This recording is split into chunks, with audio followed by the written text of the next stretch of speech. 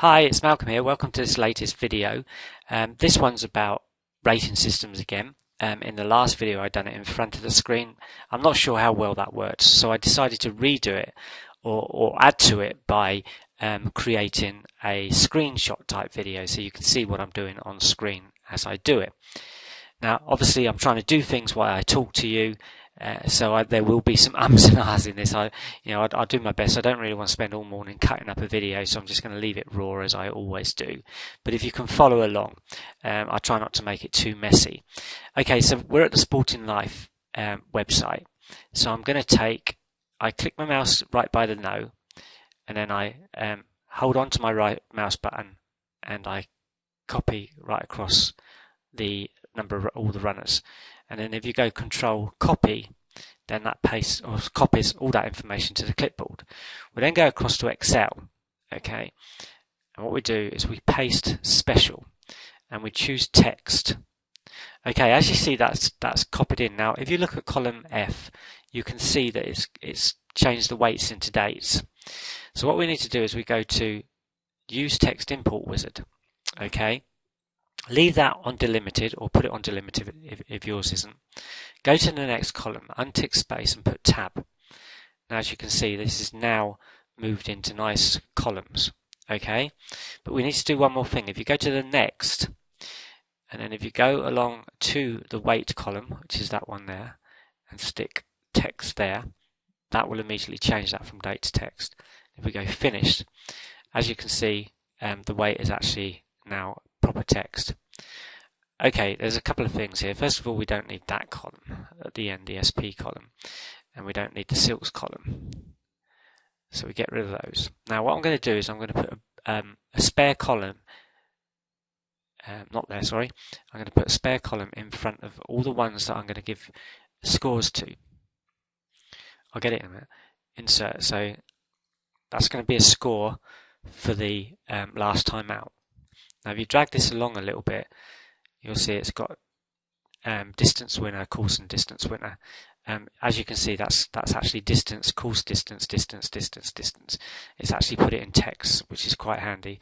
So we're going to use that information, we're going to give it a score, so we put that there. Okay. We can give the age a score, so we're going to put it in there. We could give the weight a score, so we put an insert there. We can also put the top trainer as a score, so we'll put that in there, and the top jockey. Now you can see I'm going to run out of room, but I'll try and do this best I can. And if we move this along a bit, we put we get rid of NAGMI, we don't need that. We give the OR rating, or the OR rating, a score as well. Okay, so I'll try and close this up a little bit more when I've done this. But so what we can do is we can decide on a score for last time out. Now we can either choose the last run, or the last 2 runs, or the last 3 runs. It tends to be normal to use the last 3 runs for scoring. We can also, put one more column in here, because we could also score it on its last how long ago it ran, which can be quite important. So anyway, let's decide for every first in its last 3 runs, we're going to give it 5 points, just for argument's sake. So we're giving that one 5.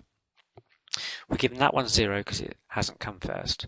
We're giving this one 10 because it's come first in its last 2 runs. I give this one 0 and this one 0. Now I will say here,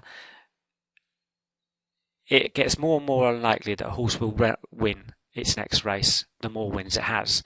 So you could argue that could be the other way around, but for this demonstration we're going to just leave it like that. Okay, so I would say that if a horse has run in the last 36 days, then it's quite a fit horse. So all of these have. So we'll give them, say, all 1 point. Okay. Now you can drag that down, by the way, but sometimes it adds it up and I didn't want to take the chance in this video. Now we could say we're going to give it 1 point for a distance win and 2 points if it's one at the course and distance. Okay. Now that may well be worth more than that, but this is purely for demonstration, as I keep saying. Okay. Right, we could argue that 3-year-old runners are quite good. So we could say we're going to give 3-year-old runners 3 points, 4-year-old runners 2 points, and 5-year-old runners 1 point, and we're not going to give 6s any. Whether that's, again, good or bad, I don't know. But so that's a 4, so we're going to give that 2. Sorry, 2. We're going to give that 0, 0, 0. Sorry, that one's 1. Told you I messed this up, and that one's 1. Now, as I said in my last video as well, we could argue that the weights. Now, what we'll do is close this down a little bit because we've got the scores for that, and we can see more of the screen now. We could argue that top weight is the best, and we could argue that it's the worst, but we're going to just put on 1 for top and 0 for everything else. This is purely to show you how we can put a rating system together. Now, if we look at the trainer and jockeys, we could argue that good trainers and jockeys are worth following. So we could go back to the Sporting Life and look at the top jockey. Okay, so the top jockey. Now, what I tend to look for is percentage, not the number of wins, because that doesn't really mean a lot. What actually means is a percentage of their wins. So in this case, is P. Hannigan is the top jockey at this course. So if we go back, if he's in this run, which he is, we'll give him, say, 1 point, and we'll give all the others 0. Again, that could be worth a lot more. I'm just arguing. So now we go back to trainers. I should have done that the other way around, obviously. And we look at the trainers. And again, I look for percentage. Okay, so Nick Holes is the top percentage trainer, or has the most percentage of wins. So we go back, and he's actually there, so we give him 1 and the rest 0. Okay, now so we're gathering up scores gradually. Now the OR rating is quite important, so we could turn around and say, well, the top OR we're going to give 5 points to, the second 4 points, the third 3 points, the fourth 2, and the fifth 1. And again, you're going to have to decide on that. And we could say a nap is worth, I don't know, 1 point for each nap. So we're giving that 1 point. Now there is one other thing that I sometimes use, and if we go back to Sporting Life, you'll see they have the 5-star ratings. Now it's always worth having a look at that. So what we do is add another column for 5-star, and I just 5-star. I would just literally follow what they've done. So Mr. Manneman has 2. Group therapy has 2. The next one has 5. Oops.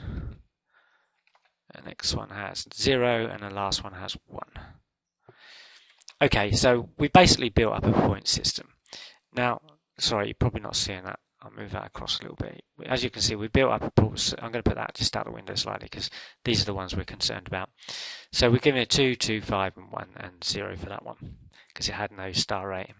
So what we now do is we can add up. Now, I don't know how well you know Excel, but there's this button at the top here. I think you can see that, which is an auto sum button. If I click in the first cell and do that, okay, it immediately goes to 1. Now what I tend to do is if you hold down your control key, like that, like that, like that, add that, add that, add that, add that, add that, add that column, and add that column. So it's going to add up all those numbers that we've put in. Okay, so we can see that the Mr. Mannanen sorry, has 15, and if we just grab that and pull it down, it will give each one of the points. Okay, so according to us, okay, in our point system, international debut, is our top rated runner.